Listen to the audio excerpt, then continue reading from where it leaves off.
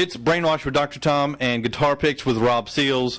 Rob has selected 20 influence songs for us today. Rob, can you tell us how you came up with your list?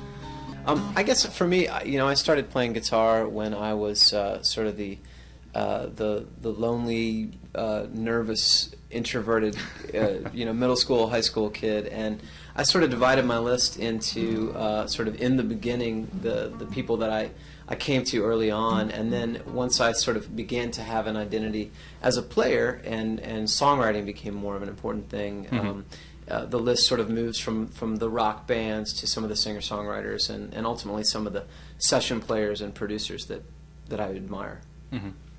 Of course, we're meeting in a special place tonight. Can you briefly tell us what you got going on right now?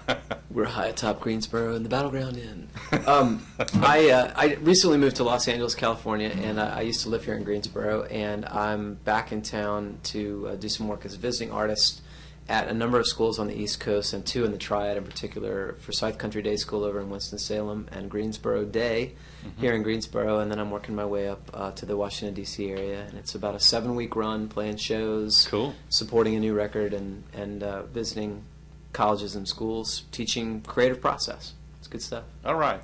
On to the list, Rush Limelight. I think everything starts with Rush for me, and probably so many disenfranchised, young, lonely suburban white boys in the 80s everywhere.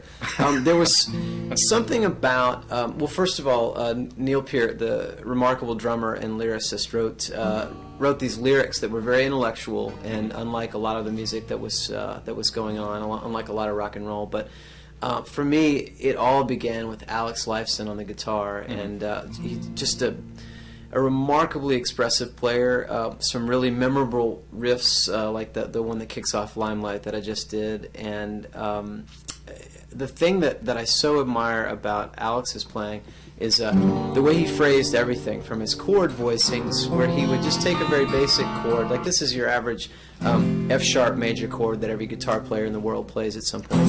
And although I'm tuned down, if you're playing at home, by the way, tuned down a half step.